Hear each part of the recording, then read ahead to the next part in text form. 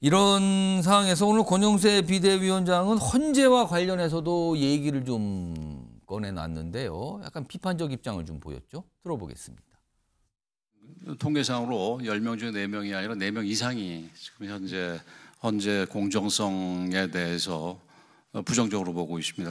지금 40% 이상이 헌법재판소에서 행태에 대해서 신뢰하지 않는다 이렇게 생각하는 겁니다. 오히려 50% 가까운 분들이 지금 여전히 신뢰하는 부분들이 저는 신기하다고 생각을 합니다. 우리 지도부에서 혹은 뭐 대변인들이 그리고 우리 당 의원들이 헌법재판소에 대해서 수시로 지적하는 부분에 대해서 그 현상만 보고 뭐 헌재 흔들리다 이렇게 판단하는 거에 대해서는 저는 전혀 동의하지 않습니다. 그러니까 여당에서는 헌법재판소에 대해서 굉장히 불만 표시를 하고 있죠. 그러면서 이제 공정 뭐 이런 표현을 쓰는데 불공정하게 진행되고 있습니다. 이렇게 주장을 하면서 오늘도 헌재를 항의방문하는 모습까지 있었거든요. 이런 가운데 지금 헌법재판소 소장 권한대행을 맡고 있는 문영배 재판관의 자택에서요. 집회가 열렸다 그러네요. 화면으로 정리해 보겠습니다.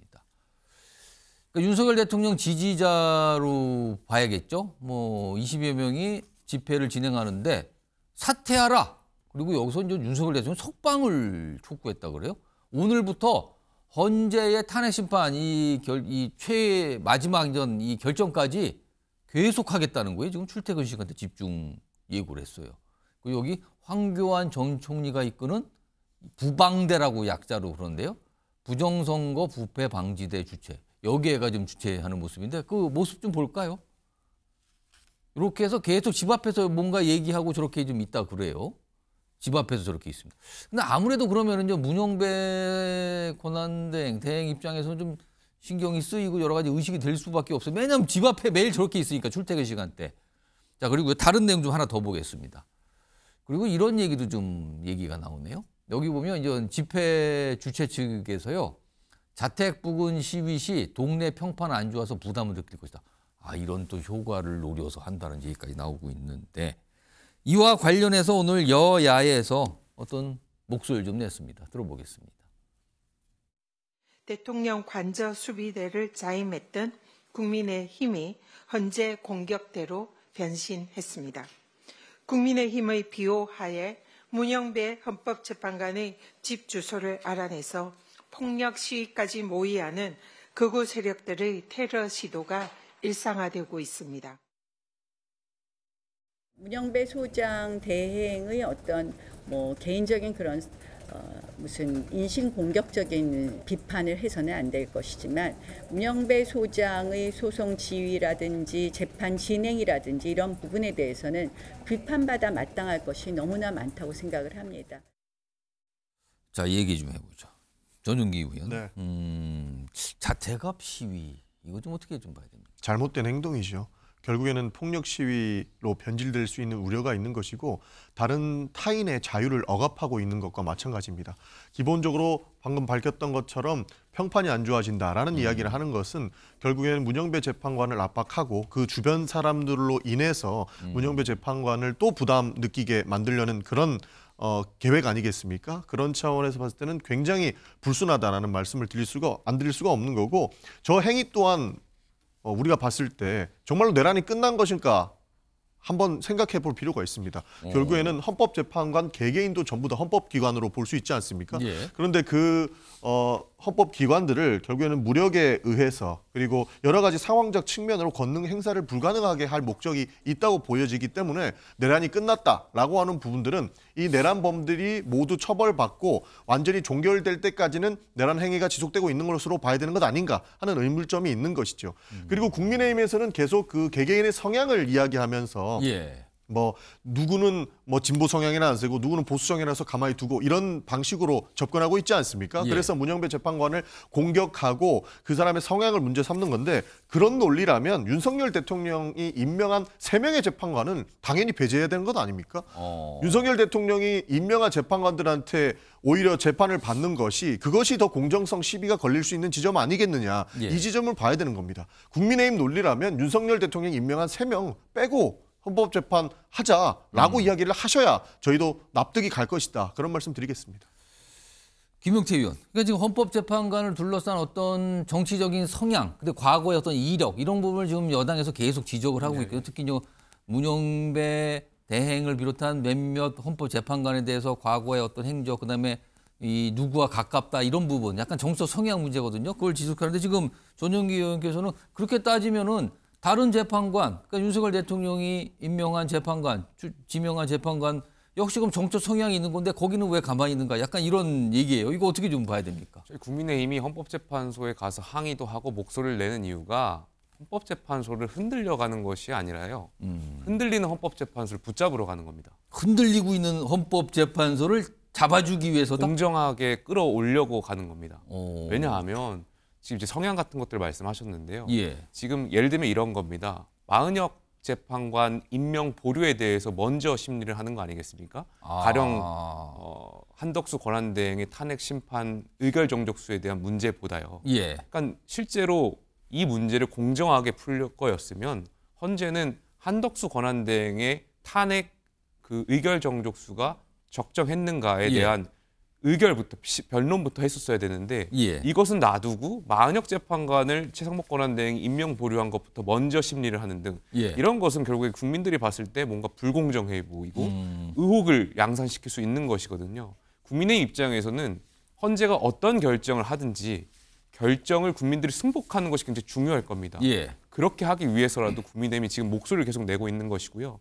이뿐만이 아니라 헌법재판소가 뭐 이미 언론에서 많이 소개됐지만 지금 계엄을 실행하신 분들에 대한 검찰 조서, 형사재판에 있었던 검찰 조사의 진술 내용과 예. 헌재에서 나와서 증언했던 내용이 지금 다른 측면들이 있는 거죠. 좀 나왔죠, 그런 게. 그럼에도 불구하고 증거를 채택하는 것은 형사소송법을 위배한다라는 지적들이 있음에도 불구하고 예. 헌재가 강행하는 것들, 이러한 것들을 계속해서 국민의힘이 문제를 제기하는 것이지 헌법재판소를 흔들어서 뭔가 하려고 하는 것은 아니다라는 말씀을 꼭 드리고 싶습니다. 그러면 여당에서는 지금 헌법재판소 전체적인 분위기가 윤석열 대통령에 대한 탄핵 심증을 갖고 있다. 약간 그렇게 의심을 하고 있는 겁니까?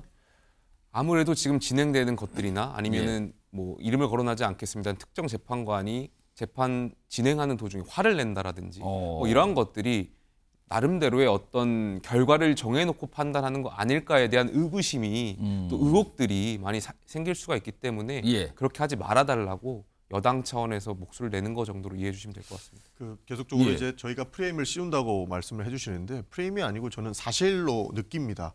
무엇이냐면 기본적으로 윤석열 정부와 국민의힘에 의해서 대한민국 시스템이 굉장히 많이 무너져 있거든요. 실제로 내란 행위로 보이는 이 불법 계엄과 관련돼서도 예. 시스템을 부정했고 그것을 파괴하려고 했기 때문에 국회가 역할을 해서 결국에는 바로 세우는 과정 아니겠습니까? 헌법재판소 논란도 똑같습니다.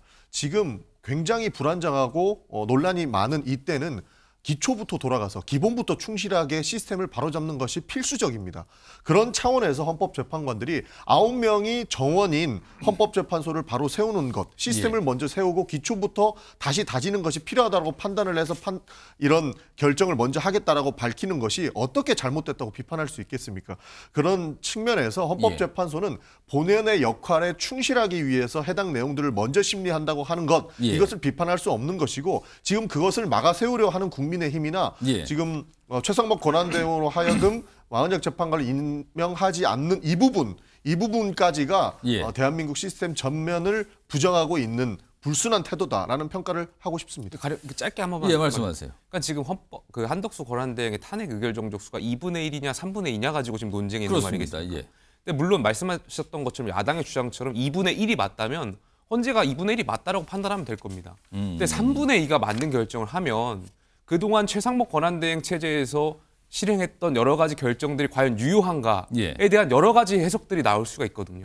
그러다 보니까 헌법재판소가 3분의 2가 맞다라고 판단함에도 불구하고 이것을 섣불리 내지 못하고 뒤로 변론길이나 이런 걸 뒤로 빼고 있는 거 아닌가 이런 의구심이 들 수밖에 없는 것이거든요. 그러다 보니까 국민의힘이라든지 많은 국민들은 헌법재판소의 공정성에 대해서 지적을 안 할 수가 없는 겁니다. 자, 지금 상황이 이렇습니다. 그러니까 여당에서는 헌법재판소가 미리 선입견을 갖고 있고 사실상 뭔가 결과를 좀 정해놓고 자꾸 몰아가는 거 아닙니까? 이런 의심과 불만 표시.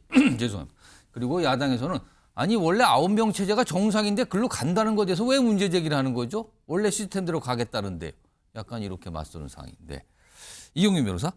앞서서 영상으로도 확인해봤고 내용 좀 소개해드렸는데 지금 문영배 대행 자택 앞에 집회를 그러니까 탄핵 심판이 최종 선고가 나올 때까지 계속한다는 거예요. 매일 출퇴근 시간대. 이게 사실은 이렇게 되면 문영배 대행도 굉장히 불편을 겪고 주변의 주민들도 약간 좀 불편할 수가 있어요. 근데 이거는 딱히 법적으로는 막을 방법은 없다고요? 일단은 뭐 집회 및 시위에 관한 법률에서 이런 부분들에 대해서 이제 신고가 됐는지, 그러니까 집회에 대한 신고가 됐는지 여부와 그 다음에 뭐 확성기 등을 사용을 해서 소음을 이제 일으켰을 때 그 소음이 주간에 이제 60데시벨 이상이 되는지 뭐 이런 부분들을 기준으로 이제 집시법 위반 여부를 판단을 하는데 예. 사실 지금 그렇게까지 이제 법을 위반을 했다라고 보기에는 조금 애매한 부분이 있는 건 사실입니다. 그렇기 때문에 이 부분에 대해서 뭐 형사처벌을 논하기는 좀 어려울 것 같고요.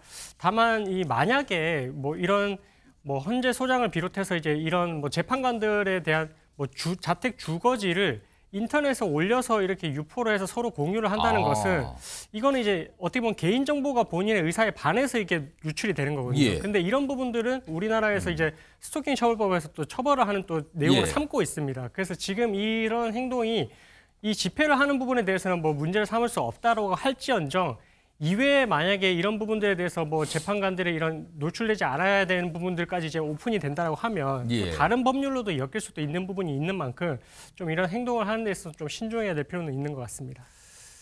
자, 이런 모습들이 다 우리나라가 어느덧 굉장히 극심해져 버린 정치적인 양극화 상황 그대로 보여주는 게 아닌가 이런 지적 받고 있죠.